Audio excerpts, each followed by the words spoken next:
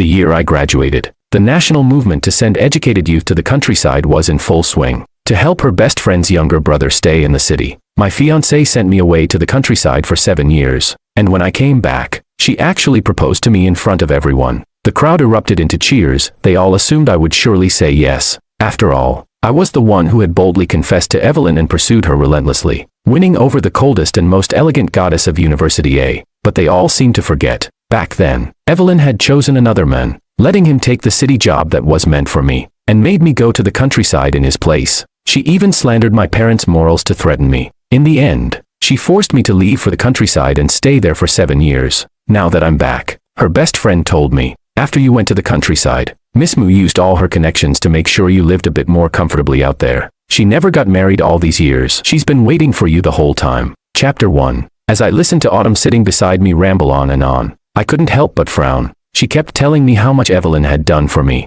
Seeing my indifferent expression and lack of reaction, she grew anxious. Can't you at least say something? Evelyn did all this for you. Don't you feel even a little moved?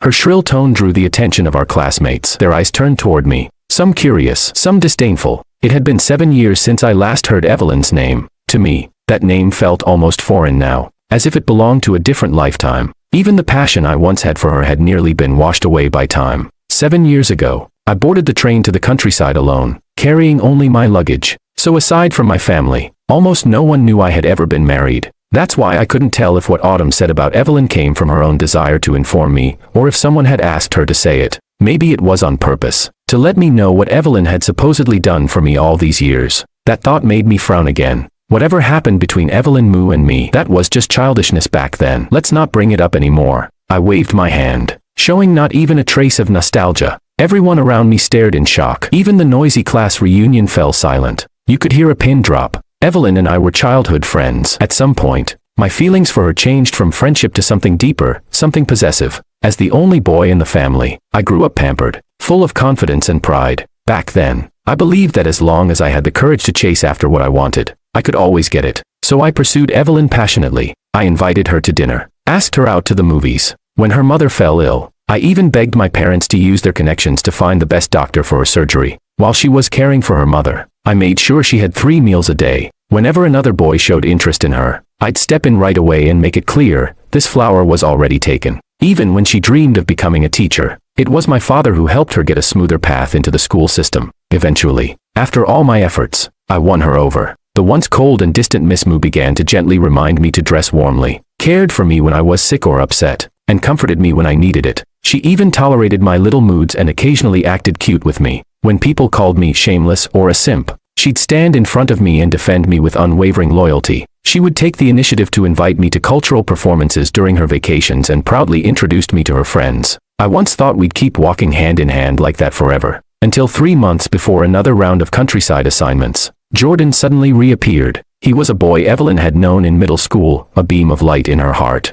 But I trusted Evelyn too much to suspect anything unusual between them. In fact, I even treated Jordan like a brother just because he was connected to her. But afterward, Evelyn stopped having time for me. Even during her vacations, she didn't even try to meet up anymore. Sometimes when I made the effort to find her, she'd brush me off, saying she was too busy. On our 2-year anniversary, she once again claimed she had school duties and couldn't be with me. But something felt off. Just a few days earlier, she told me she didn't have classes that day. There was no way the school would suddenly assign her work, especially not when they'd go out of their way to show respect to my father. Suspicious, I quietly went to the school to find her, only to be told she was on leave, and not on campus. A colleague of hers said she had gone to the department store. Without a second thought, I rushed straight to the department store, only to see Evelyn Moo and Jordan walking side by side through the mall. Their hands were full of shopping bags. They were laughing and chatting, looking every bit like a couple madly in love. Next to them stood Evelyn's younger sister, her face glowing with excitement as she looked at Jordan and said, "Jordan, I really think you and my sister are a perfect match. How about I just call you brother-in-law?" She giggled as she looked up at Jordan, who responded with a joyful smile. Evelyn glanced at her sister and said, "Don't talk nonsense." But her tone wasn't one of scolding, it was a mix of helplessness and affection. And from the slight upward curve of Evelyn's lips, it was obvious she didn't mind what Jenny said. On the contrary, her expression betrayed her true thoughts. A sour ache filled my chest, as if even breathing had become a blade slicing through me. Maybe it was because my stare was too intense. She suddenly turned and spotted me standing not far away. My eyes were clearly red, my expression full of hurt and anger, but she didn't show the slightest intention of comforting me. She didn't even seem the least bit guilty or ashamed. Instead, she looked annoyed. "What are you doing here?" she asked. That sentence completely ignited the fury inside me. As a man with dignity, how could I possibly swallow that kind of humiliation? I strode right up to Evelyn. "This is the urgent school matter you said you couldn't get away from," I asked, sarcasm dripping from my tone. My attitude clearly irritated her more. She snapped. "Comrade Jordan is a new records administrator. The principal asked me to look after him because we were classmates. I'm here today for official reasons. Can you please get your facts straight before you start interrogating me?" I looked at Evelyn in disbelief. She had always been aloof, but never once did she speak harshly to me, let alone scold me in front of others like this. Realizing her words might have gone too far, Evelyn glanced at me nervously and quickly grabbed my hand to apologize. "Mario, I'm sorry. I spoke too harshly. That's not what I meant." I pulled my hand away, took a deep breath, and tried to calm the fury raging inside me. "Then what did you mean?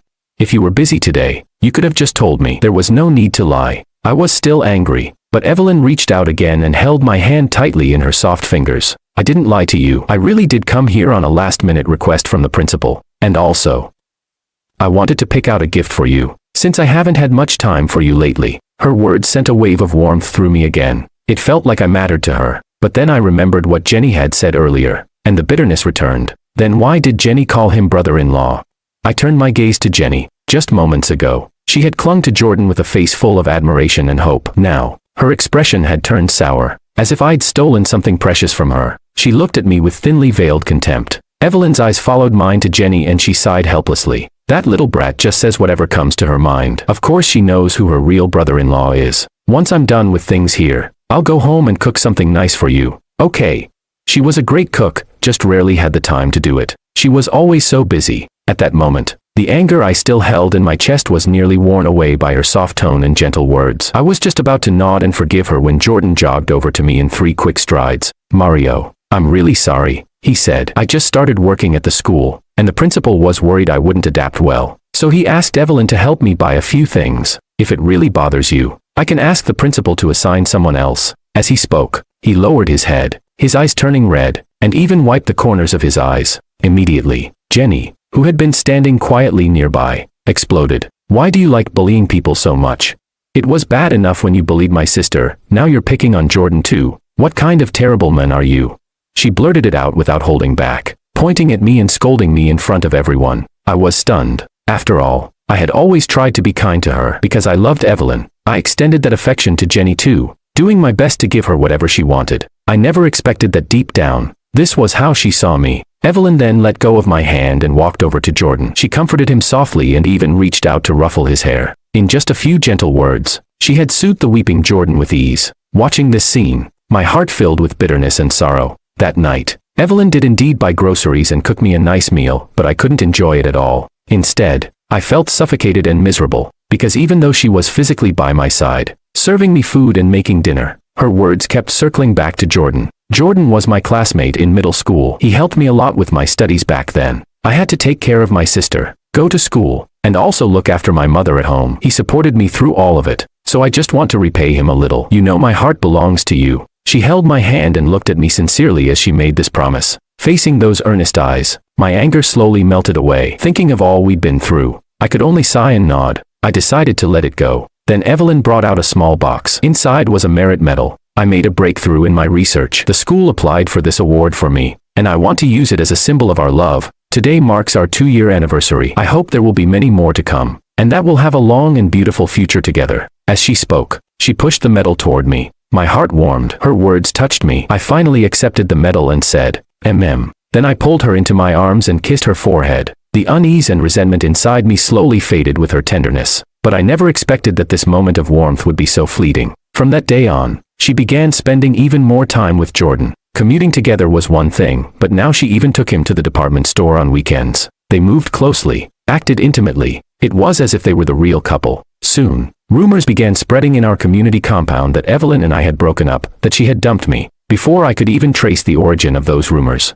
Jordan came knocking on my door. He held a plate of dumplings in his hands and wore a gentle smile. "I came to bring you these dumplings. Jenny and I made them for Evelyn today." I took the plate and was about to send him away, but he pushed his way into my home on his own. The smile vanished from his face, replaced by a sneer and obvious disgust. I know Evelyn only got with you because you kept pestering her, he said. I'll admit, you were bold, but honestly, you're kind of pathetic. You can tell, right? Evelyn's into me, not you. If you were smart, you'd walk away on your own. Looking at his arrogant face, I really wanted to punch him, but I knew I couldn't. If I laid a hand on him, things would get messy. Seeing that I didn't respond or take the bait, he got even cockier and leaned in closer. Fine. Then let me show you who Evelyn's heart really belongs to. I told Evelyn exactly what had happened, word for word, but she refused to believe me. In fact, she accused me of slandering Jordan. I know you don't like Jordan, but that doesn't mean you get to say things like that about him. He's always been a gentle and respectful guy. Her voice was laced with anger. Before I could even defend myself,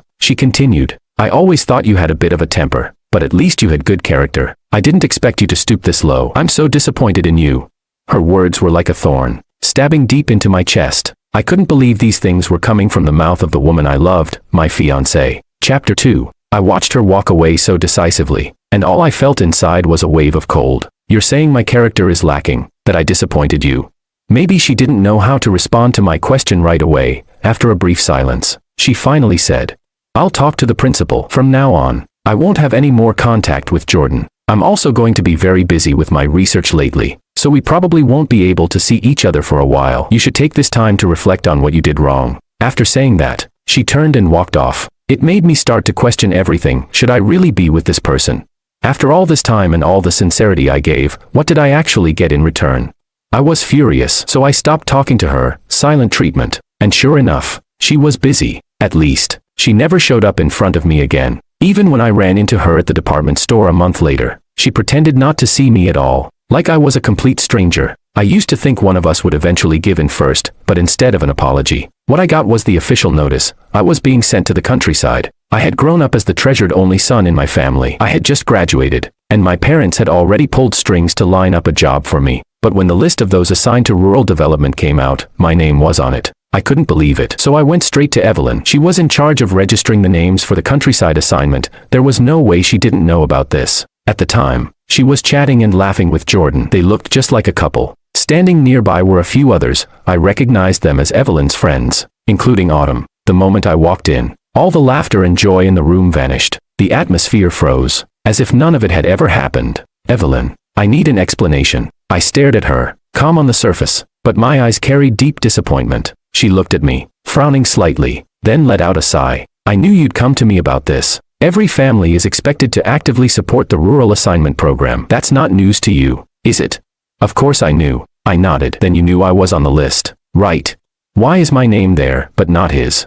I had seen the assignment list earlier. Jordan's name had been on it, not mine. But now, his name had been crossed off, and mine was there instead. Evelyn pressed her lips together. Before she could speak, Jordan stepped forward. Mario, I already have a job. Obviously I don't need to go to the countryside anymore. You shouldn't be suspecting Evelyn like this. You're her fiancé. Saying things like that will hurt her. His words stabbed into me like a knife. I looked straight at Evelyn, lips trembling, eyes locked on hers. So, is that how it is? She glanced at me, and there was something complicated in that look. Hesitation, inner conflict, and a faint glimmer of resolve. Your family is well off. You have your parents and sister to take care of you. But Jordan, he only has himself. Hearing that, I couldn't help but laugh. This was the girl I had grown up with, the woman I'd loved and cared for over a decade. If I could, I'd rather have never met her, never loved her. Shaking my head, I took 2 steps back. The disappointment in my eyes seemed to burn her. She reached out as if to grab my hand. But Jordan was faster. He stared at me with smug eyes, a flicker of triumph flashing across his face. But it only lasted a second before Jordan reverted to his pitiful tone. Mario, if you slander her like this, the school might think Evelyn has questionable morals. Do you really want to ruin her future? I was just about to speak, but he interrupted again, still acting wronged. I know you want my position. Your father already came to warn me, told me to get lost and stay away from Evelyn. I'll listen. Okay. As he said that, he even wiped a tear from the corner of his eye. Evelyn suddenly looked like something inside her snapped. What did you say? A warning? Autumn quickly nodded. I did see an assistant from Commander Law's office come talk to Jordan. With her confirmation, Evelyn's expression turned extremely unpleasant. Mario, I can't believe you've become this kind of person. Jordan has no one. He's an orphan. I only looked after him out of old friendship. But I never imagined you'd be so jealous, using power to suppress others. I used to think you were just a little proud, but now I see, you're hopeless, rotten to the core. Her words were vicious. For the first time, I couldn't stop the tears from rolling down my face. I quickly wiped them away with my sleeve, then looked up at her. In your heart, is that really what you think of me, of my family? You didn't even bother to find out the truth before you threw accusations like that. I stared at Evelyn. She met my gaze with anger. They have no reason to lie to me.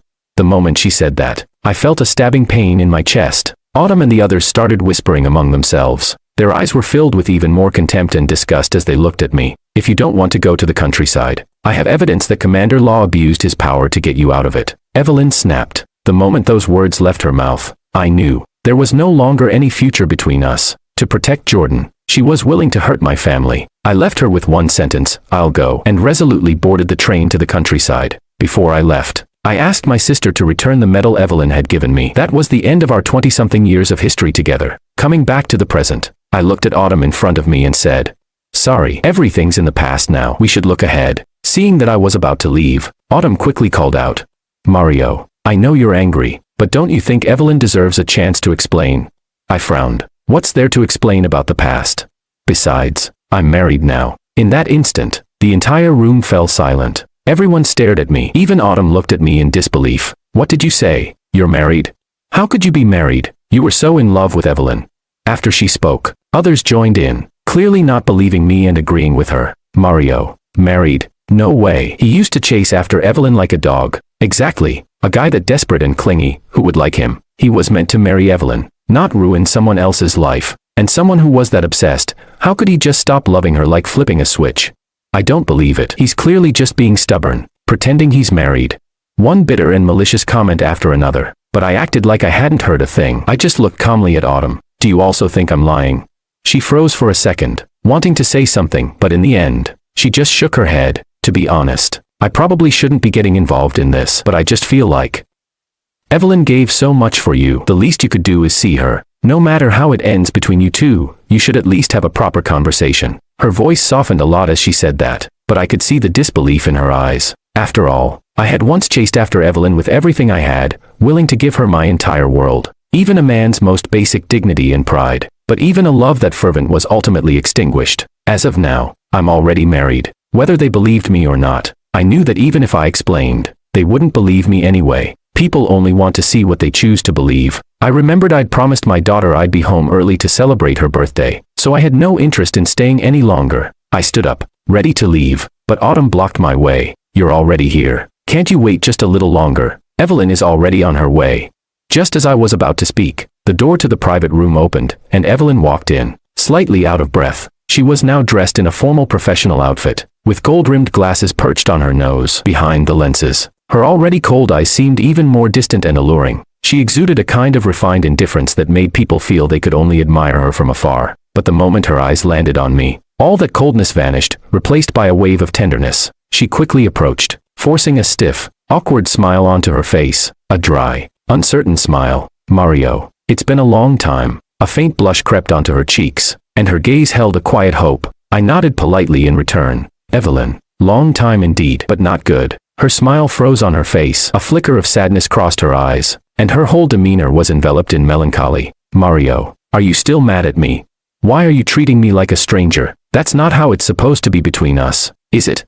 It really hurts me when you act like this. She looked so wounded. In the past, whenever she showed me that face, no matter how angry I was, I'd always end up comforting her. And now, she was trying that trick again. But unfortunately for her, I was no longer the same person I once was. I looked at Evelyn calmly. Miss Moo, we haven't seen each other in 7 years, and frankly, this distance between us is how it should be. What happened back then, I couldn't forgive, and now, I definitely wouldn't forgive. After saying that, I picked up my things and turned to leave. It was getting late. I needed to go home to Ollie. She was still waiting for me to celebrate her birthday with her. I stepped past Evelyn and headed toward the door, but she suddenly grabbed my wrist. Then she dropped to one knee and pulled out a box. Inside was a Medal of Honor and a ring. It was the same medal she had once given me, the one that symbolized our engagement, but I had returned it long ago. After all, when I left, I was beyond heartbroken. Caught off guard for just a moment, I saw her take the ring and try to slip it onto my ring finger. Let's get married, Mario. Her voice was full of affection, almost desperate, as if without that ring, I'd fly away and disappear forever. Evelyn, I think you're confusing me with someone else. I'm not Jordan. When she heard that, Her previously urgent expression strangely shifted into one of subtle smugness. She gripped my hand tighter. Mario, are you jealous? I admit, what happened with the countryside assignment back then was unfair to you, but I did it for you and your family. Jordan said that if he didn't have to go, he wouldn't report your parents. I knew how much they care about you, and I knew how much you care about them, right? Seeing that she still wanted to explain, I pulled my hand away. First of all, I never did anything to Jordan that warrants guilt. I don't need you making choices on my behalf. Second, if my parents really did something wrong, Jordan can go ahead and report them. He can't convict them with just empty words. And lastly, let's stop talking about the past. There's no future between us. None. Because I'm already married and my daughter is 4 years old. So please, Miss Moo, stop saying things that could cause misunderstandings. I don't want my wife to get jealous or upset. My words drained the color from Evelyn's face. She grabbed my arm in a panic and shook me over and over. What did you say? You're married? And you have a 4-year-old daughter? Mario, you're just saying that to upset me, right? You're mad, aren't you? You're trying to get back at me. Didn't you say before that you only ever wanted to marry me? How could you possibly have married someone else? She leaned in closer, her serious eyes full of desperate hope. It was as if she was waiting, begging, for me to deny everything I'd just said. But as I looked back into her eyes, I was completely calm. Yet on her face, once untouchable and composed, there was now panic, unease, even a trace of regret. I'd seen her wear that expression once before, when her mother was in the hospital. Only once. I never thought I'd see it again now. Mario, why didn't you wait for me? She asked, her voice carrying a note of accusation and unwillingness to accept the truth. I was trying so hard to find a way back to you. She spoke as if I had betrayed her, as if I had crushed her great love. Wait for you? I asked. Evelyn, did you forget how long I already waited for you back then? Evelyn froze. It was as if a long-buried memory had suddenly resurfaced. Her lips parted for a long time before she finally spoke. Jordan and I really weren't anything more than friends. She desperately tried to explain, but I gently pushed her hands away and stepped back to keep my distance, my gaze steady. Evelyn, it's not about what you say, it's about what you do. How many times did you argue with me because of him? How many times did you ignore me completely? You lied about being too busy just so you could go shopping with him, and you think that's love? If you truly liked me, loved me, then I should have come first, not always be the one left waiting. My words made Evelyn stagger back half a step. She had to brace herself against the back of a chair to keep from falling. She was once the goddess of University A, known for her intellect and achievements in academia. When had anyone ever seen the proud Evelyn in such a state? From the way we spoke, the people around us started recalling the past. I remember. Wasn't it Evelyn who broke off the engagement with Mario and got together with Jordan? Yeah, and didn't she even personally put Mario's name on the list to be sent to the countryside? So why is she acting now like she's madly in love with Mario? If you love someone, shouldn't you protect and stand by them? Some people only realize what they've lost after it's gone, but no one will wait forever. Those comments echoed exactly how I used to feel. But now, those words didn't stir me anymore. I simply looked at the pale, stricken Evelyn and said, Miss Moo, some things are better left unsaid. If there's nothing else, I'll be heading out. My daughter's still waiting for me to celebrate her birthday. You all enjoy yourselves. With that, I turned and walked toward the door, but Evelyn rushed to block my path again. She stared directly into my eyes, but when she met my cold gaze, she instinctively stepped aside. I didn't bother saying anything else and kept walking out the front entrance. Still, Evelyn wouldn't give up. She followed closely behind me, but I paid her no attention and walked all the way to the front gate. Just as I stepped outside, a tiny figure came crashing into my field of vision, sprinting straight toward me, and with a joyful leap, she threw herself at my legs and hugged them tightly. Daddy. Chapter 3. Her voice was crisp and tender, full of pure joy and anticipation. I gently took her little hand and squatted down, wrapping her in a warm embrace. Ollie, did you miss Daddy? I teased her softly while she curled up in my arms. Then, a graceful silhouette entered my vision. Lillian's beautiful, radiant face lit up with affection the moment she saw me. Honey. Her figure was perfectly curvy, even more alluring after having our child. She carried herself with elegance and sensuality, and yet, around others, she always wore a distant, untouchable coldness, a kind of danger that said, don't come close. But now, she smiled warmly and walked up to me, reaching out her hand. I gave her mine, and she gently took it, nestling into my arms. Tired. Her soft voice pulled me out of my daze, her beauty still enough to catch me off guard. I quickly shook my head. Not tired. Even after 5 years of marriage, the spark between us still burned like we were newly in love. Daddy, you can't forget about me just because you saw Mommy. The little one in my arms protested in a babyish, slightly aggrieved voice. Today is Ali's birthday. Daddy has to love me more today. Yes, it's Ali's birthday. So Daddy will love Ali extra today. Let's put Mommy to the side for a bit. Okay. I coaxed Ali gently, but someone clearly wasn't pleased. No way. I should always be first in your heart. Her eyes locked with mine, overflowing with a depth of love that pulled me in again and again. Mommy is bad. She's stealing Daddy from Ali.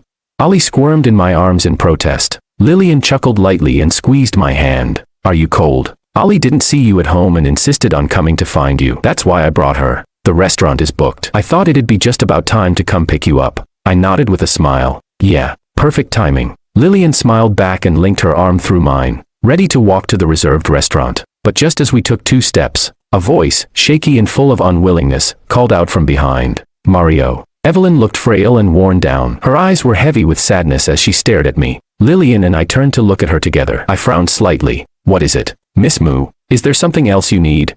Evelyn's gaze landed on our interlocked hands. Her lips parted, but in the end, she simply shook her head with defeat. Her body swayed, like she might collapse at any moment. I nodded slightly, and Ali, still perched on my shoulder, glanced curiously at Evelyn. Daddy, is that lady sick? She looks like she's gonna fall down. She blinked in innocent concern. I gently pinched her cheek, unsure how to respond. Lillian looked at Ali with a smile in her eyes. Ali, it's your birthday today. Don't you want some cake? Ali, being a child, was instantly distracted. Yes, let's go right now. She bounced excitedly in my arms, eager to get to the restaurant. Mario. Evelyn's voice came again, laced with sorrow and desperation. Her complexion was pale, and grief swirled in her eyes. I felt a flicker of impatience and was about to speak, but someone stepped in front of me. Lillian looked directly at Evelyn. You must be Miss Moo, right? As a teacher, shouldn't you be setting a better example? Calling out to my husband over and over, do you have something truly urgent to say? My daughter is still too young to attend your school. Her words were a reminder. Stop looking at us. We've moved on. But Evelyn's reaction to those few sentences was instant. Anger and jealousy flared in her eyes. So you're Mario's wife? Yes. Lillian tightened her grip on my hand, as if to fuse us into one. Then do you know? Evelyn said with bitterness, that Mario once chased another woman and almost married her. Lillian's face remained calm, not even a crease in her brow. But I knew. She was furious. Beneath her calm and collected surface, a storm was clearly brewing in her heart. I let go of Lillian's hand and placed my arm around her shoulders. Miss Moo, like you said, almost. What was almost back then is now miles away from anything real. Besides, everyone makes mistakes in their youth. Mistaking a toxic woman for someone precious isn't exactly unheard of. But don't rush to claim that title of toxic woman like it's a badge of honor. That said, I should still thank you. If it weren't for you, I wouldn't have gone to the countryside. I wouldn't have met my wife. Because of you, I now have a happy marriage and a woman who looks at me like I'm her whole world. So I'd advise you not to try and mess with what I have with my wife, because nothing, not even you, can come between us. I could brush off everything she did to me before, but I would never allow her to interfere with my family. For the people I love, I wouldn't hesitate to fight back. Evelyn stared at me in disbelief, unable to accept what she was hearing. Toxic? Is that really what you think I am? Yes, and if I had a choice, I'd rather we had no connection at all. With that, I gently tugged Lillian's arm. She understood. I wanted to leave, so she linked arms with me and confidently led the way to the car. She turned to me and asked softly, was everything you said just now the truth? Of course it was, I replied. What happened between Evelyn and me is long over. The only people I love now are you and Ali. We celebrated Ali's birthday afterward. The joy and warmth surrounded us like a bubble. It felt like we'd returned to the beginning, untouched, whole, as if everything with Evelyn had never happened. I thought I'd never see her again, but to my surprise, the moment I returned to my parents' house, there she was, standing at the gate. She looked far more worn than before. The arrogance she used to carry was gone. In its place was a kind of defeated weariness. I didn't expect her to ambush me like this, and a wave of impatience surged in my chest. Evelyn, what do you want now? That last encounter had left Lillian clingier than ever. She'd tortured me half the night afterward, nearly drained me dry. Now, every time I saw Evelyn, it was like seeing a damn plague. Honestly, I wanted nothing to do with her, but I knew if I didn't deal with this, she'd just keep showing up, invading every corner of my life. Mario, just give me a chance to talk properly with you, please? Her voice trembled with pleading. There's nothing for us to talk about. I shook my head, but she still didn't give up. I know. I was wrong back then. I shouldn't have doubted you because of Jordan. I shouldn't have crossed out his name and sent you to suffer in his place. I cut her off before she could finish. The past is the past. There's no need to keep digging it up. We should be looking forward, not drowning in what's already over. The disgust and impatience on my face didn't go unnoticed. She saw it, realized I truly didn't care anymore, and panic spread across her expression. Mario, I'm truly sorry. Back then I was just angry. I couldn't believe you would actually do something like that. Jordan was my classmate. He was well-behaved, smart, and all alone. I just instinctively leaned toward him. I know it was my fault. Her words made me laugh coldly. Evelyn, you say he was your classmate, smart and moral, but what about me? I grew up with you. I treated you well, didn't I? Maybe I was a little spoiled, a little stubborn, but I never did anything dishonorable. So why was his word trustworthy, but mine wasn't? In the end, it's simple. You wanted to believe him. You chose not to believe me. Or maybe, the truth is, by that point, your heart had already tilted toward him. When she heard what I said, Evelyn scrambled to explain. No, it's not like that. I really just saw him as a classmate and wanted to help him out. I've been waiting for you to come back all these years. I've always hoped we could be together again. Mario, in this lifetime. I only want to be with you. I know I made mistakes in the past, but please, I'm begging you, give me a chance to make it right. She was practically pleading, but all I felt was exasperation. Evelyn, is that all you wanted to say? My words stunned her. For a moment, she didn't know how to respond, but seeing the calm and indifferent look on my face, she suddenly grew uneasy. Mario, do you really think none of this matters? For 7 years, I've been thinking about how to bring you back. I've thought of you constantly. I've waited. She looked into my eyes like she was searching for some trace of softness, but I could only shake my head. Evelyn, you were the one who allowed Jordan to cross boundaries. My words left her visibly shaken, her eyes flickering with guilt. I gave a cold laugh. Let's be honest, Jenny's attitude toward Jordan came from you, didn't it? Without your silent approval, how would she have dared to call him brother-in-law right in front of you? You've always known how to handle inappropriate feelings from others, sometimes even too harshly, and I used to admire that about you. But with Jordan, you always looked the other way. So even if it hadn't been him, there would have been someone else eventually. I took a deep breath and didn't let her interrupt. In the past, I gave you all my love, but I also have the right to take it back. Now, I only love my wife, my daughter, and my family. They're the ones who truly matter to me. I hope you'll stop showing up in my life. Stop disrupting it. With that, I turned and headed toward my parents' house, but Evelyn chased after me again and grabbed my arm. Yes, I did have some feelings for Jordan, she blurted, but it was because we had fought, and he showed up at just the right time. He calmed me down. But please believe me, I've only ever loved you, no matter what. I always wanted to be with you. Hearing her emotional voice and seeing her reaching toward me, I shoved her away, barely restraining the impulse to slap her. Enough. Evelyn, don't you get it by now? I'm a man. I have my pride. Even if nothing happened between you and Jordan, I still wouldn't take you back. I have a family now. I have someone I love. And you will never be the person I want to choose. She froze at my words, utterly stunned. I had no interest in dragging this out any further. I picked up my things and walked into my parents' house. I could feel her eyes burning into my back the whole time, but I didn't look back, because I knew she was once the burning crush of my youth. But that was all in the past. In fact, I couldn't even remember why I had liked her, why I ever wanted to be with her. Whatever it was between us, it was over. Long ago, when I left my parents' place, she was nowhere to be seen. I let out a long breath of relief, but when Lillian came home later, she glared at me with a face full of righteous fury. What's wrong, Miss Lillian? Why that look? I asked playfully, wrapping an arm around her waist and gazing deep into her eyes. She finally couldn't hold it in. When were you planning to tell me Evelyn came looking for you again today?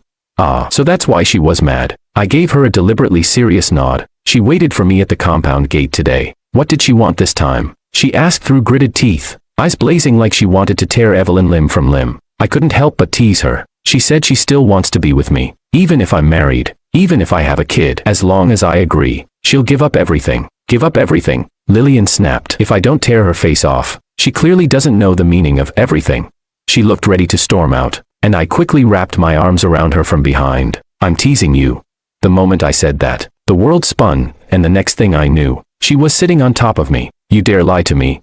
I playfully tapped her nose, then scooped her up into my arms. Her loving eyes locked tightly onto mine. Mario, we're married now. We have Ollie. I'm never divorcing you, and I'm never letting you go. Even if you try to run, I'll hold onto you tightly. I'll always treat you well and never give anyone else a chance. As she said that, her sweet lips pressed gently against my face. I couldn't even find the words to respond, so I just held her face in my hands and kissed her again and again. Only when she had finally calmed down a little did I speak. You don't have to worry. I never planned on leaving, and I already told Evelyn there's no going back for me. In my heart, there's only you and Ollie. The moment those words left my mouth, her breath wrapped around me, warm, intense, irresistible. All I knew was that night, she nearly drained me dry.